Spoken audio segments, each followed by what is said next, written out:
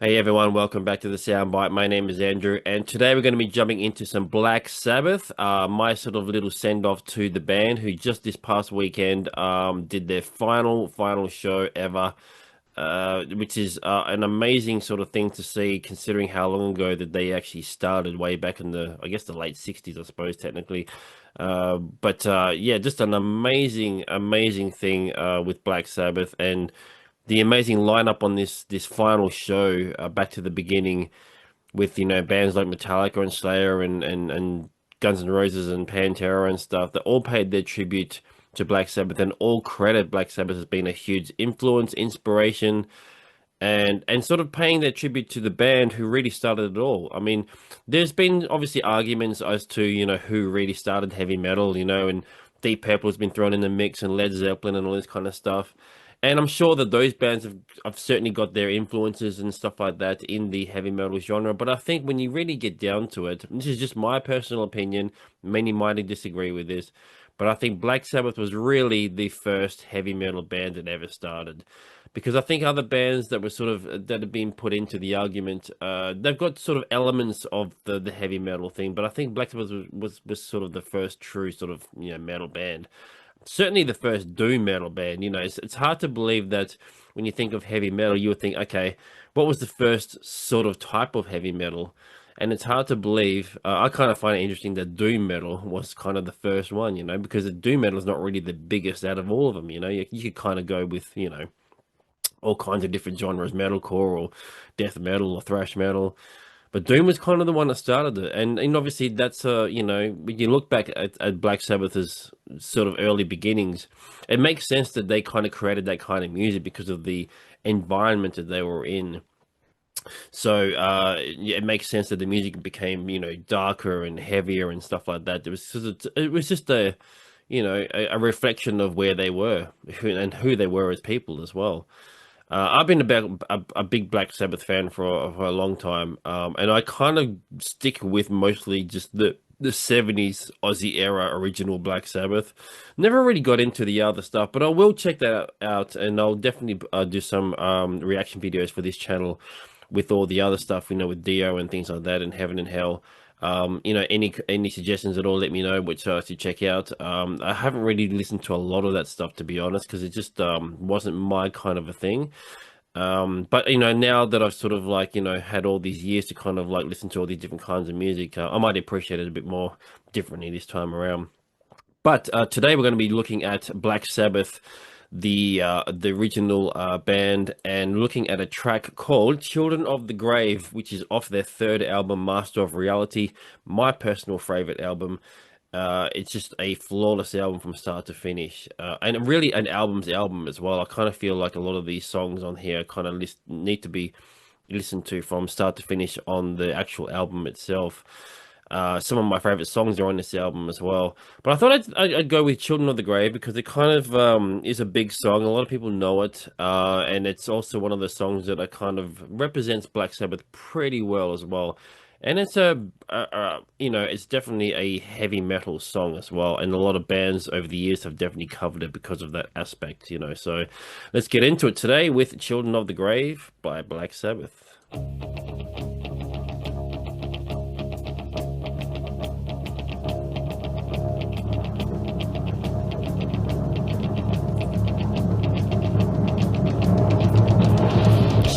That build up, it's great. So then Grace goes straight into it, and that riff, each bass line that's sort of there and very prominent.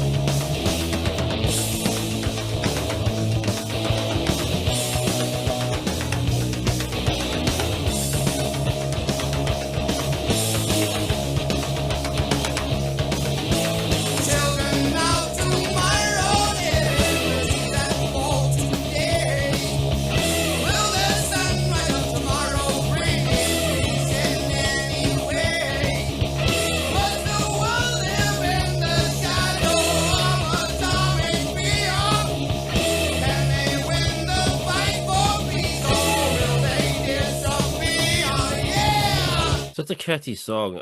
Great riff, great beat. Ozzy's vocals perfect for the song, and obviously that era of the band as well. I know there's been sort of some criticism of Ozzy's vocals, and they kind of feel like, well, Dio's definitely a better singer and all this kind of stuff, which is, I guess, technically true. But I always feel like Ozzy's vocals lend itself way better to Black Sabbath and that kind of music. And he's yeah, definitely one of the main sort of elements of that band as well. But I always felt like the whole band, just in general, like every single member of that band kind of had their own role and they were all important as each other. And that's really what made Black Sabbath sound. And this song alone, "Children of the Grave," really does capture a lot of some of those elements that each member of the band sort of brings to the table. It's all in there, great riffs and great beat, and Ozzy's delivery is fantastic as well. Even the yeah part and stuff, which is lends itself very well to the live shows and stuff. It's just a fantastic song, and it's always been one of my favorite tracks from Black Sabbath.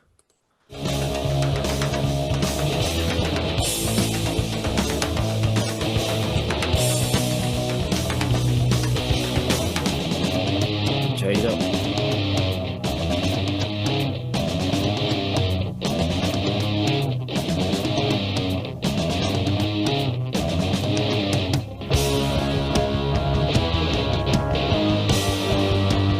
Love this bit. This is the doomy part of the band that I love.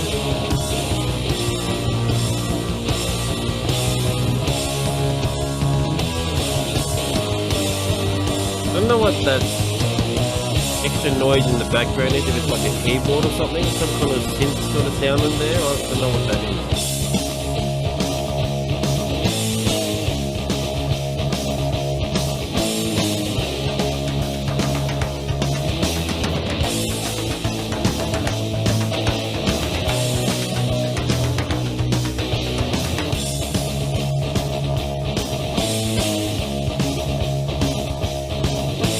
So you children of the world, listen to what I say. If you want a better place to live in, spread the word today. Show the world that love is still alive, you must be brave. For you children of today are children of the grave. Yeah!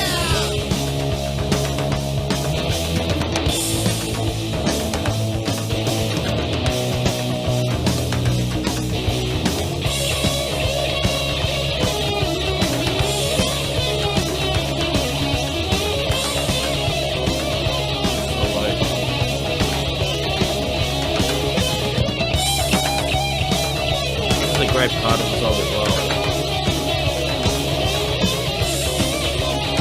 There's just the groove here is amazing. That groove, I mean, that's something that Black Sabbath has always done very well, the groove. And I do feel a lot of the stuff in the 70s, there's a huge, groove aspect to a lot of the music that was happening at that time. And obviously, it still continued here and there, in the 80s and 90s and stuff. But there was something about that 70s groove that kind of really spoke to people and spoke to me and kind of really put a stamp on that sound of that particular era. And like I said, Black Sabbath did that really, really well, and it kind of shines really quite well in this particular song. I mean, all the songs on this album, it does have a lot of the groove, but I kind of feel like this one and maybe one or two other ones like Sweet Leaf and stuff, the groove is just so prominent. It's so, there and in your face. And again, like it just captures a lot of that stuff, that sound that was, the thing in the 70s, so to speak.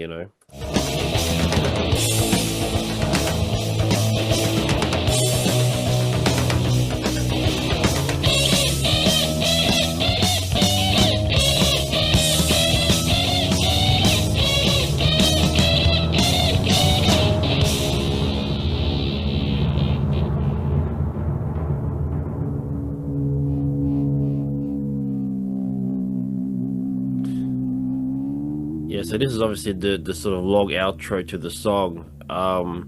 What I really like about this particular album as well, Master of Reality, is there's a sense of creepiness and darkness to the whole thing. In terms of like the way that so at least Iommi's guitar sounds and stuff, like in this particular part right here, it's really like a sort of really dark and spooky kind of sound. Very, I mean, I kind of feel like it's a, lends itself well to Halloween and stuff. But it's really yeah, it's just got that weird sort of creepy sort of sense to it. And the whole album kind of gives me that feeling. When you listen to the album from start to finish, it definitely has that sort of weird kind of like spooky kind of vibe to it. And I guess, like especially with that sort of the dark aspects that Black Sabbath kind of sort of went into, that was another aspect of the band that I really liked because it gave that extra. I mean, obviously it was already heavy as far as like that kind of like doom sort of metal, but that extra sort of like eerie sort of sound and aspect and element or whatever you want to call it to it gave it that extra sort of darkness and heaviness to it. And that was one of the things that kind of just disappeared when Ozzy left the band and they kind of went into different directions. It just didn't feel that that sort of element was there anymore. And that was one of the things that I really liked about Black Sabbath. And it's one of the reasons why I kind of stick to the 70s Sabbath era. Obviously, there weren't concept albums, but like it is one of those things, like a lot of the albums in the 70s from Black Sabbath, you kind of feel like you need to like listen to the entire album, not just like pick songs here and there. So I mean, but then you get examples of this where you can pull Children of the Grave out of it, of the album Master of Reality, and you just show it to someone who's never heard Sabbath and go, okay, here's a song from Black Sabbath, let me know what you think. And so it does work in sort of both ways, and that you can pull stuff out of context, but also I kind of feel like you would get the full sort of like breadth of what Black Sabbath are about when you listen to an entire album, especially with this particular album. All the little interludes that they used to do as well. That was really cool. And I know bands like Corrosion of Conformity and stuff like that, Pantera, had kind of played around with those kind of little things as well. Again, just borrowing influences from, Black Sabbath, and that's why, this final show that happened this past weekend was really all those bands kind of like just showing, how much of an influence Black Sabbath really did have on these bands. It's kind of weird when you think about heavy metal and where it started, with the Black Sabbath and stuff, and then kind of see where it has gone, and you kind of see where it, went to in thrash metal and power metal and death metal and stuff, and it just kept getting heavier and heavier and heavier and faster and more complex and technical and all this kind of stuff to the point where you could almost not even really see where it all started, like where it's hard to sort of see where the roots of where all this stuff comes from. But it's there though. If you know where to look, you can kind of still see that, no matter what sort of band you listen to now in the heavy metal genre, you can see where it all comes from. And Black Sabbath had their stamp right there in every, it's in every DNA of every band that's come since then, It's an amazing thing. It's pretty sad to see the band call it quits. I guess they did this before, right? I mean, this time we know for sure that they're not going to come back because obviously a lot of the members have health problems and stuff, especially with Ozzy. So we know we'll never see this again. But I remember a time when they did call it quits, right? And they put out one final album or something, or a final show, whatever it was, like back in the 90s, I think it was. I can't remember now. I vaguely remember something about a final sort of like a send off to Black Sabbath, but this definitely does feel very, very final. So it is very sad to see the end of an era. And it's not to sort of get into any morbidity or anything like that, but you're gonna sort of see over time in the next few years or next decade or whatever, a lot of those bands from like the 60s and 70s are gonna slowly disappear because these people are not getting any younger. But you know what though? The music lives on forever, and that's the one of the main important things to remember is that no matter what happens to all these people who was such an influence on the not just the music world but just the world in general. Yeah, it's amazing to see what kind of a legacy they leave behind. There's been some great bands and great music that's going to continue on forever, you know. So anyway, there's my little send off to Black Sabbath. Thank you, Black Sabbath, to all for all the great music, and yeah, to all the huge influence that you've had on so many people, not just musicians and bands, but also to just fans like myself and people who just love this kind of music. So anyway, thank you to everyone who's been tuning in as always. Please subscribe if you haven't. Thank you to those who have subscribed, and I will see you in the next video.